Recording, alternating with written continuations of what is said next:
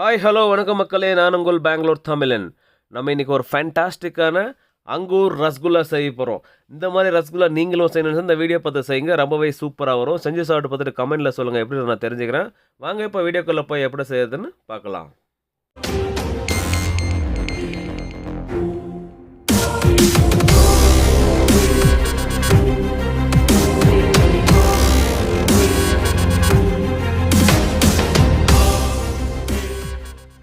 நம்ம இன்றைக்கி அங்கூர் ரசகுல்லா செய்ய போகிறோம். அதுக்காக 10 லிட்டர் பால் எடுத்திருக்கோம். நம்ம எடுத்துருக்கிற இந்த பாலை முழுசாக எடுத்து இந்த மாதிரி ஒரு பாத்திரத்தில் கட் பண்ணி ஊற்றிக்கலாம். இந்த மாதிரி கட் பண்ணி ஊற்றுனதுக்கப்புறம் இந்த பாலில் நம்ம தண்ணி சேர்க்கக்கூடாது. அப்படியே இந்த பாலை கொதி வர விடணும். இப்போ எல்லாம் கட் பண்ணி ஊற்றியாச்சு. இப்போ ஸ்டவ் ஆன் பண்ணிடலாம். ஹை ஃப்ளேமில் வச்சுருக்கோம். இந்த பால் சூடேறி வரட்டும். அது வரைக்கும் ஒரு குடுப்பி போட்டுக்கலாம். இந்த மாதிரி போட்டுட்டு அப்படியே கிண்டி விடலாம். இந்த பால் ஒரு பக்கம் சூடேறி வரட்டும். நம்ம இன்னொரு ஸ்டவ் வச்சுக்கலாம். அதில் சுகர் சிரப் ரெடி பண்ணலாம். அதுக்காக ஒரு பாத்திரம் வச்சுருக்கோம். இந்த மாதிரி இந்த பாத்திரத்தில் ஒரு 5 கிலோ சுகர் போட்டுக்கலாம். இன்னொரு ஸ்டவ் இருந்ததுன்னா பரவாயில்ல, இந்த மாதிரி சுகர் சிரப் ரெடி பண்ணிக்கலாம். அப்படி இல்லைனாலே பரவாயில்ல. அந்த பால் ரெடி ஆனதுக்கப்புறம் நம்ம அதிலே கூட சேர்த்துக்கலாம். இப்போ 5 கிலோ சுகர் போட்டதுக்கப்புறம் இதில் 3 லிட்டர் தண்ணி ஊற்றிக்கலாம். நம்ம மொத்தமாக இதுக்கு 5 கிலோ சுகருக்கு 3 லிட்டர் தண்ணின்ற மாதிரி எடுத்துருக்கோம். இப்போ இதுக்கு ஒரு 1/2 லிட்டர் பால் அளவுக்கு ஊற்றிக்கலாம். பால் எதுக்காக சேர்த்துக்கிறோன்னா, இந்த சுகர் சிரப்பில் அழுக்கு இருக்கும், அது எடுக்கிறதுக்காக தான் சேர்த்துக்கிறோம். நம்ம பால் சேர்த்து அது கொதி வர விடுறப்போ அந்த அழுக்கெல்லாம் தனியாக பிரிஞ்சு வந்துடும். அது எடுக்கிறதுக்காக தான் இந்த மாதிரி சேர்த்துக்கிறோம். இப்போ ஸ்டவ் ஆன் பண்ணிவிட்டு ஒரு ஜாராக போட்டு இந்த மாதிரி மிக்ஸ் பண்ணி விடலாம். அந்த சுகர் கரைஞ்சி வர வரைக்கும் இந்த மாதிரி கிண்டி விடலாம். அதுக்கப்புறம் மிக்ஸ் பண்ணக்கூடாது. அது ஏன் நான் அப்புறமா சொல்கிறேன். இப்போ பாருங்கள், ஒரு பக்கம் பால் ரெடியாகி வந்துட்டுருக்கு, இன்னொரு பக்கம் சுகர் சிரப்பும் ரெடியாகி வந்துட்டுருக்கு. இது ரெண்டும் ஒரே டைமில் நம்ம செஞ்சிட்ருக்கிறோம். இந்த பாலையும் சுகர் சிரப்பும் அப்பப்போ கிண்டி விட்டுகிட்டே இருக்கணும் கொதி வர்ற வரைக்கும். இப்போ பாருங்கள், பால் கொதி வர ஆரம்பிச்சிருச்சு. இந்த மாதிரி கொதி வர ஆரம்பிச்சதும் பொங்கி வந்துட்டுருக்கு பாருங்கள். இந்த அளவுக்கு வந்தால் போதும். ஸ்டவ் ஆஃப் பண்ணிடலாம். அப்படியே ஒரு 1/2 லிட்டர் தண்ணி ஊற்றிடலாம். தண்ணி எதுக்காக சேர்த்துக்கிறோன்னா, பால் வந்து ரொம்ப திக்காகி வந்திருக்கும் இந்த கொதி வர்றதுக்காக. இவ்வளோ திக்னஸில் நம்ம வெனிகர் ஊற்றினோம்னா அது வந்து என்ன ஆகும்னா ரொம்ப கெட்டியாக ஹார்டாக வர்ற மாதிரி ஆகிடும் பன்னீர். அதனால் கொஞ்சமாக தண்ணி சேர்த்துட்டோம்னா அந்த பாலோட திக்னஸ் வந்து கம்மியாகிடும். அதுக்காக தான் ஒரு 1/2 லிட்டர் தண்ணி சேர்த்துக்கிட்டோம், பாலை மெலிஸ் பண்ணுறதுக்காக தான். இந்த மாதிரி செய்கிறப்போ பன்னீர் வந்து ரொம்பவே சாஃப்டாக வரும். நாங்கள் அதனால தான் இந்த மாதிரி செய்கிறோம். நீங்களும் இந்த மாதிரி செய்யணும். வீடியோவை ஸ்கிப் பண்ணாமல் பார்த்தாவே போதும். நான் நல்ல நல்ல டிப்ஸ் எல்லாம் கொடுத்துருப்போம். அதெல்லாம் பார்த்து நீங்கள் செய்கிறப்போ உங்களுக்கு ஒரு பர்ஃபெக்டான ஒரு ரசகுல்லா ரெடியாகி வரும். இந்த மாதிரிலாம் செஞ்சதுக்கப்புறம் வெனிகர் சேர்த்துக்க போகிறோம். நான் வந்து ஒரு 250 ml வெனிகர் எடுத்துக்கிட்டேன். நீங்களும் அதே அளவு போடணுன்ட்டு நான் சொல்ல மாட்டேன். ஏன்னா வெனிகரோட பவர் வந்து டிஃப்ரெண்ட்டாக இருக்கும் ஒவ்வொரு பிராண்டோடது. அதனால் தேவைக்கேற்ப நீங்கள் சேர்த்துக்கோங்க. நான் சேர்த்த அளவு சேர்க்க வேண்டாம். ஏன்னா வெனிகரோட பிராண்டை பொறுத்து மாறும் எல்லாமே. இந்த மாதிரி சேர்த்ததுக்கப்புறம் அப்படியே லேசாக மிக்ஸ் பண்ணி விடணும். இப்போ இந்த பால் பார்த்தாலே தெரியும், நல்லா உடஞ்சி பன்னீராக மாறி வந்துட்டுருக்கு. அப்படியே எடுத்து காமிக்கிறேன் நான் உங்களுக்கு. அந்த பன்னீரை நம்ம எடுத்து தொடுறப்போ அவ்வளோ சாஃப்டாக இருக்கும். நான் தொட்டும் காமிக்கிறேன் பாருங்கள், எவ்வளோ சாஃப்டாக இருக்குது பாருங்கள். இந்த மாதிரி வந்ததானே போதும். முழுசாக பன்னீர் ரெடி ஆகிடுச்சு. இப்போ இதில் 2 லிட்டர் தண்ணி ஊற்றிக்கலாம். தண்ணி ஊற்றிட்டு முழுசாக மிக்ஸ் பண்ணி விடலாம். எதுக்காக தண்ணி சேர்த்துக்கிறோன்னா, அந்த பன்னீர் வந்து இன்னும் சாஃப்டாகணும். இதுக்கப்புறம் எடுத்து இதை வடித்து எடுத்துக்கலாம். பன்னீர் தனியாக, தண்ணி தனியாக பிரித்து எடுத்துக்கலாம். வாங்க இப்போது இந்த மாதிரி ஒரு ஸ்ட்ரைனர் போட்டுட்டு தண்ணியை வடித்து எடுத்து நார்மல் வாட்டர் ஒரு பாத்திரத்தில் எடுத்து வச்சுருக்கோம். அதில் எடுத்து இதை போட்டுக்கலாம். இந்த பன்னீரெல்லாம் முழுசாக எடுத்து நார்மல் வாட்டரில் போட்டாச்சு. இந்த மாதிரி போட்டதுக்கப்புறம் அதை நல்லா இந்த மாதிரி உடச்சி விட்டு க்ளீன் பண்ணி எடுத்துக்க போகிறோம். பன்னீரை சுத்தமாக ப்ரெஸ் பண்ணி பாருங்கள், பெரிய பெரிய பீஸாக இருக்கும். அதெல்லாம் நல்லா பொடிசாக பிரித்து எடுத்து நல்லா பிசைஞ்சு இந்த மாதிரி வாஷ் பண்ணி எடுத்துக்கிறோம் பன்னீரை. இந்த அளவுக்கு வாஷ் பண்ணாவே போதும். இப்போ அடுத்தது இதை முழுசாக வடித்து எடுக்கணும். அதுக்கு இந்த மாதிரி ஒரு காட்டன் துணி போட்டுக்கலாம் ஒரு பாத்திரத்தில். இந்த மாதிரி போட்டதுக்கப்புறம் தண்ணியை முழுசாக வடித்து எடுக்க போகிறோம். இப்போ எடுத்து இதில் ஊற்றிக்கலாம். ஊற்றுனதுக்கப்புறம் அதை முழுசாக நம்ம இந்த துணியை எடுத்து அப்படியே இந்த மாதிரி தூக்கி பிடிச்சோம்னா தண்ணியெல்லாம் ஃபுல்லாக ட்ரை ஆகிடும். அதுக்கப்புறம் அந்த துணியை வந்து நம்ம டைட் பண்ணணும். இந்த மாதிரி ட்விஸ்ட் பண்ணோம்னாவே நல்லா டைட்டாகி வந்துடும். அப்போ அந்த தண்ணியும் வெளியே வந்துடும். முழுசாக ட்ரை பண்ணணும். இந்த மாதிரி சுத்தமாக தண்ணி இருக்கக்கூடாது. ட்ரை பண்ணதுக்கப்புறம் ஒரு பராத்தா வச்சுக்கலாம். இந்த மாதிரி இதில் எடுத்து அந்த பன்னீரை போட்டுக்கலாம். இப்போ இந்த பன்னீரை நைஸ் ஆக்கிடணும். நல்லா இந்த மாதிரி வச்சு இந்த பராத்தில் தேய்க்கிறப்போ நைஸ் ஆகிடும். அந்த பன்னீர் பாருங்கள் அவ்வளோ சாஃப்டாக வந்திருக்கு. இதில் இந்த சாஃப்டாக வந்த பன்னீரை அங்கே கட்டிகள் மாதிரி இருக்கும். அதெல்லாம் வந்து இந்த மாதிரி நைஸாக தேய்ச்சி எடுக்கிறப்போ நமக்கு நைஸாக வந்துடும். இது கூடவே ஒரு டேபிள் ஸ்பூன் அளவுக்கு மைதா சேர்த்துக்கலாம். மைதா சேர்த்துட்டு ரெண்டுத்தையும் சேர்த்து நல்லா இந்த மாதிரி மிக்ஸ் பண்ணி விடலாம். இந்த மாதிரி நல்லா பன்னீரை தேய்க்கிறப்போ கட்டிகள் இல்லாமல் நல்லா நைஸாகி வரும். அதுக்காக தான் இந்த மாதிரி செஞ்சுக்கிறோம். இது ரெடி ஆகிடுச்சு. இது இப்படியே ஒரு ஓரமாக இருக்கட்டும். இதுக்கு முன்னவே சுகர் சிரப் ரெடி பண்ணியிருந்தோம். இப்போ அது என்ன ஆயிருக்குன்னு பார்க்கலாம் வாங்க. இப்போ இந்த சுகர் சிரப் கொதி வர ஆரம்பிச்சிருக்கு, பார்த்தாலே தெரியும் உங்களுக்கு. இந்த மாதிரி வந்ததுக்கப்புறம் ஸ்டவ்வை சிம் பண்ணிக்கணும். நான் அதனால தான் முன்னாடியே சொல்லியிருப்பேன், கொதி வர்ற வரைக்கும் தான் மிக்ஸ் பண்ணணும். அதுக்கப்புறம் மிக்ஸ் பண்ணக்கூடாதுன்ட்டு. இந்த மாதிரி விட்டா தான் அந்த மாதிரி தோசை மாதிரி பிரிஞ்சு வந்திருக்கு பார்த்தீங்களா? அது சுகரோட அழுக்கு. அந்த மாதிரி பால் ஊற்றி நம்ம எடுக்கிறப்போ இந்த அழுக்கு வந்து தனியாக பிரிஞ்சு தோசை மாதிரி வந்துருச்சு பாருங்கள். ஒரு லேயர் மாதிரி பிரிஞ்சு வந்திருக்கு. இதை மிக்ஸ் பண்ணாமல் ஒரு ஜாராக வச்சு இந்த மாதிரி எடுத்தோம்னா நமக்கு இந்த சுகர் சிரப்பு மொத்தமாக க்ளீன் ஆகிடும். நம்ம எப்படி எடுக்கிறோன்னு பார்த்தாவே தெரியும் உங்களுக்கு. இந்த மாதிரி சுகர் சிரப் க்ளீன் பண்ணுறப்போ அருமையான விதத்தில் இது க்ளீன் ஆகி வந்துடும். இப்போ அப்படியே ஃப்ளேம் கொஞ்சமாக அதிகப்படுத்திக்கலாம். நம்ம எந்த அளவுக்கு படுத்துகிறோம்னா கொஞ்சமாக ஒரு சிம்மிலிருந்து கொஞ்சம் அதிகப்படுத்திக்கிட்டோம். இப்போ பாருங்கள் கொதி வர ஆரம்பிக்குது. இந்த மாதிரி வர்றப்போ மீதி இருக்கிற ஆளுக்கும் சைடில் பிரிஞ்சு வருது பாருங்கள். அதையும் இந்த மாதிரி க்ளீன் பண்ணி எடுத்துக்கலாம். நம்ம எப்படி க்ளீன் பண்ணுறோன்னு பார்த்தாலே தெரியும் உங்களுக்கு.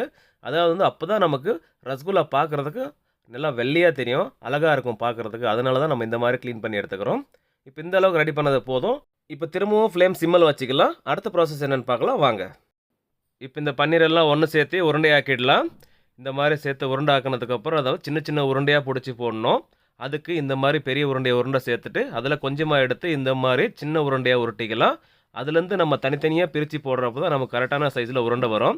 இந்த மாதிரி ரோல் பண்ணிட்டு இந்த மாதிரி சின்ன சின்ன உருண்டையாக போடணும். நம்ம எவ்வளோ சைஸ் எடுத்துருக்கோன்னா ஒரு கோலி சைஸ் தெரியும் இல்லையா உங்களுக்கு, கோலியில் பாதி அதோட சின்ன சைஸ் எடுத்தால் தான் அந்த கோலி சைஸில் இருக்கும் அந்த ரசகுல்லா வெந்து வந்ததுக்கப்புறம். அதனால தான் அதுக்கு பேர் அங்கூர் ரசகுல்லான்னு செய்கிறது. அது ரொம்ப சின்ன சின்னதாக இருக்கும். அதனால் சின்ன சின்ன உருண்டையாக இந்த மாதிரி நம்ம கட் பண்ணி போட்டுக்கலாம். அதுக்கப்புறம் அதெல்லாம் எடுத்து நம்ம உருண்டை பிடிக்கணும். இந்த மாதிரி துண்டாக்கி போட்டதுக்கப்புறம் இதை எடுத்து நம்ம உருண்டை பிடிக்க போகிறோம். இந்த மாதிரி எடுத்து உள்ளங்கையில் வச்சுக்கலாம். இப்போ அதை நம்ம ரோல் பண்ணோம்னாக்கா இந்த மாதிரி உருட்டினோம்னா நமக்கு உருண்டை கூடி வரும். முதல்ல லைட்டாக ப்ரெஸ் பண்ணி உருண்டை பிடிச்சோம்னா உள்ளே வந்து விரிச்சல் இல்லாமல் இருக்கும். அதனால் லைட்டாக ப்ரெஸ் பண்ணிவிட்டு அதுக்கப்புறம் அப்படியே ப்ரெஸ் பண்ணி உருண்டை பிடிச்சோம்னாவே நல்லா ஷேப் கரெக்டாக வந்துடும் பாருங்கள் உங்களுக்கு. இப்போ இதே மாதிரி துண்டாக்கி போட்டிருக்கிற அங்கூர் ரசகுல்லா உருண்டைகள் எல்லாம் இதே மாதிரி நல்லா உருட்டி நல்லா நைஸாக இந்த மாதிரி செஞ்சு எடுத்துக்கலாம். நம்ம வந்து எவ்வளோ சூப்பராக செஞ்சுட்டு இருக்கிறோன்றத பார்த்தாலே தெரியும் உங்களுக்கு. நீங்களும் இதே மாதிரி செஞ்சு சாப்பிடுங்க, ரொம்பவே சூப்பராக இருக்கும். இதே மாதிரி துண்டாக்கி போட்டிருக்கிற பன்னீரெல்லாம் இந்த மாதிரி உருண்டை பிடிச்சி எடுத்துக்கலாம். முழுசாக உருண்டை பிடிச்சதுக்கப்புறம் நான் காட்டுறேன் அது எப்படி இருக்குன்னு பாருங்கள். இப்போ பாருங்கள், நம்ம துண்டாக்கி போட்டிருந்தா அங்கூர் ரசகுல்லாவெல்லாம் முழுசாக உருண்டை பிடிச்சி எடுத்தாச்சு. அடுத்ததாக நம்ம இதை சுகர் சிரப்பில் போட்டு வேக வைக்கணும். அதுக்கு நம்ம முன்னாடியே சுகர் சிரப் ரெடி பண்ணியிருக்கோம். இப்போ வாங்க அங்கூர் ரசகுல்லாவை வேக வைக்க போயிடலாம். நம்ம முன்னாடியே சுகர் சிரப் ரெடி பண்ணியிருந்தோம். அது கொஞ்சம் ஃப்ளேம் அதிகப்படுத்திக்கலாம். அப்படியே நல்லா கொதி வர ஆரம்பிக்கிட்டோம். இப்போ பார்த்தாலே லைட்டாக கொதி வந்துட்டுருக்கு. இது நல்லா கொதி வரணும். இப்போ தான் பாருங்கள் கொதி வர ஆரம்பிச்சிருக்கு. இது அப்படியே நல்லா பொங்கி மேலே வரணும். இந்த மாதிரி வரணும்னா நம்ம என்ன செய்யணும்னா ஒரு கப்பில் இந்த மாதிரி கொஞ்சோண்டு தண்ணி எடுத்துக்கணும். அந்த தண்ணியில் கொஞ்சமாக மைதா போட்டுக்கணும். 1 டேபிள் ஸ்பூன் அளவுக்கு மைதா சேர்த்துட்டு இந்த மாதிரி நல்லா கரைச்சிடணும் கட்டி இல்லாமல். இந்த மாதிரி முழுசாக நல்லா கரைச்சதுக்கப்புறம் இந்த சுகர் சிரப்பில் சேர்த்துக்கலாம். இந்த மாதிரி சுகர் சிரப்பில் இந்த மாதிரி கரைச்சி சேர்த்துக்கிறப்போ அந்த கொதி வந்து அதிகமாக வரும். இப்போ இதை சுகர் சிரப்பில் சேர்த்துக்கலாம். நிறைய பேர் கமெண்ட்டில் கேட்பீங்க எதுக்காக மைதா கரைச்சி சேர்த்துக்கிறேங்கன்ட்டு. மைதா கரைச்சி சேர்த்துக்கலாம் அந்த சுகர் சிரப் வந்து பொங்கி மேலே வராது. இப்போ முன்னாடி எப்படி கொதி வந்துட்டு இருந்தோ அதே மாதிரி தான் கொதி வரும். அந்த மாதிரி வந்ததுன்னா ரசகுல்லா கரெக்டாக வேகாது. இந்த மாதிரி மைதா கரைச்சி சேர்த்துக்கிறப்போ பாருங்கள் பொங்கி மேலே வந்துட்டுருக்கு பாருங்கள். நம்ம எவ்வளோ பெரிய பாத்திரம் வச்சுருக்கோம் அந்த பாத்திரம் வரைக்கும் மேலே நல்லா பொங்கி வந்துட்டுருக்கு பாருங்கள். இந்த சமயத்தில் நம்ம ரெடி பண்ணி வச்ச ரசகுல்லாவை இதில் போட்டுக்கலாம். நம்ம செஞ்சுருக்கிற ரசகுல்லா முழுசும் ஒரே டைம் போட்டு வேக வைக்க போகிறோம். 2 பிளேட்டில் ரெடி பண்ணி வச்சுருந்தோம். 2த்தையும் இப்போ போட்டுக்கலாம். ஃப்ளேம் வந்து நல்லா ஹை ஃப்ளேம் வச்சுட்டு இந்த மாதிரி போடணும். அப்போ தான் நமக்கு அந்த பர்ஃபெக்டான ஒரு ஸ்பாஞ்ச் டைப்பில் ரசகுல்லா ரெடி ஆகி வரும். இந்த மாதிரி இருக்குது பார்த்தீங்களா. போட்ட உடனே இப்போ டவுன் ஆகிடுச்சு. அந்த சுகர் சிரப் திக்காகி வந்துட்டுருக்கு. இப்போ ஃப்ளேம் நல்லா ஹை பண்ணிடலாம். ஹை பண்ணிவிட்டு இது பக்கத்துலேயே இன்னொரு ஸ்டவ் வச்சுருக்கேன். அந்த ஸ்டவ்வில் பாருங்கள் தண்ணி வச்சுருக்கேன், சுடு தண்ணி. தண்ணி வந்து சூடாகி வந்துட்டுருக்கு. அந்த தண்ணி எதுக்காக வச்சுருக்கோன்னா அந்த சுகர் சிரப் வந்து திக்காகி வந்துச்சுன்னா கொதி அடங்கிடும். கொதி அடங்குச்சுனாக்கா நமக்கு வந்து அந்த ரசகுல்லா வந்து நல்லா ரைஸ் ஆகாமல் போயிடும். அதனால் வந்து கொஞ்சம் கொஞ்சமாக அந்த சுகர் சிரப் திக்காகி வர்றப்பெல்லாம் தண்ணி கொஞ்சம் கொஞ்சமாக சேர்த்துக்க போகிறோம். அது எப்படின்னு பாருங்கள். இப்போ ரசகுல்லாவே சுகர் சிரப்பில் போட்டதுக்கப்புறம் 5 நிமிஷம் ஆயிருக்கு. 5 நிமிஷமாக நல்லா ஹை ஃப்ளேம்லேயே நல்லா கொதி வந்துட்டுருக்கு. இப்போ இந்த சுகர் சிரப் திக்காகி வந்துட்டுருக்கு. அந்த ரசகுல்லாவெல்லாம் மேலே தெரியுது பாருங்கள். இந்த சமயத்தில் கொஞ்சமாக தண்ணி சேர்த்துக்கலாம். நம்ம சுடு தண்ணி முன்னாடியே வச்சுருந்தோம். அந்த தண்ணியை எடுத்து கொஞ்சம் கொஞ்சமாக சேர்த்துக்கலாம். சேர்த்ததுக்கப்புறம் திரும்பவும் அது மாதிரி கீழே அப்படியே மிக்ஸ் பண்ணி விட்டுடலாம். இந்த மாதிரி பண்ணதுக்கப்புறம் பாருங்கள் அது நல்லா ரைஸ் ஆகி வரும். இந்த மாதிரி சுகர் சிரப்பு திக்னஸ் கம்மி பண்ண தான் நமக்கு அது நல்லா கொதி வந்து அதை நல்லா வேக வைக்கும். அதுக்காக தான் அப்பப்போ தண்ணி சேர்த்துக்கிறேன். நான் மொத்தமாக எவ்வளோ தண்ணி சேர்த்துக்கிட்டுன்றது கடைசியில் சொல்கிறேன். இப்போ பார்த்தாலே தெரியும் உங்களுக்கு அந்த சுகர் சிரப் எந்த மாதிரி கொதி வந்துட்டுருக்குன்ட்டு. இந்த மாதிரி நல்லா ரைஸ் ஆகி வரணும். நிறைய பேர் கமெண்டில் கேட்குறீங்க நாங்கள் செஞ்சோம் நல்லா கெட்டியாக வந்துருச்சு ஸ்பாஞ்சு மாதிரி வரல அப்படின்லாம் சொல்லியிருக்கீங்க. அதுக்கான ரீசன் வந்து இந்த மாதிரி கொதி வர விடாததுனால தான். இந்த ரசகுல்லாவை வேக வைக்கிறப்ப பெரிய பாத்திரமாக இருக்கணும். நல்லா ஹைட்டான பாத்திரத்தில் வச்சு வேக வைக்கிறப்ப தான் நமக்கு நல்ல ஒரு ஸ்பாஞ்சு மாதிரியான ரசகுல்லா நமக்கு ரெடியாகி வரும். அதனால தான் சொல்கிறேன், இந்த மாதிரி கொதி வர விடணும். மெயின் ரீசனே நமக்கு நல்லா இந்த கொதி வர விடணும். அப்போ தான் நமக்கு நம்ம நினைக்கிற மாதிரி ரசகுல்லா வரும். நீங்கள் பாருங்கள் எவ்வளோ பெரிய பாத்திரம் வச்சுருக்கோம். நம்ம எவ்வளோ தண்ணி ஊற்றிருந்தோம்னு தெரியும் உங்களுக்கு. இப்போ கரெக்டாக கொதி வந்து மேலே வரைக்கும் வந்துட்டுருக்கு பாருங்கள். இந்த மாதிரி கொதி வரணும். சுகர் சிரப்பு கெட்டியாகவே கூடாது. அதனால தான் அப்பப்போ தண்ணி சேர்த்துக்கணும். இப்போ திரும்பவும் கெட்டியாகி வருது. கொஞ்சமாக தண்ணி சேர்த்துக்கலாம். தண்ணி சேர்த்ததுக்கப்புறம் திரும்பவும் நல்லா ரைஸ் ஆகி வரும் பாருங்கள் மேலுக்கு. அதே மாதிரி தான் நம்ம வேக வைக்கணும். நம்ம தண்ணி சேர்த்ததுக்கப்புறம் நல்லா பொங்கி மேலே வந்துட்டுருக்கு.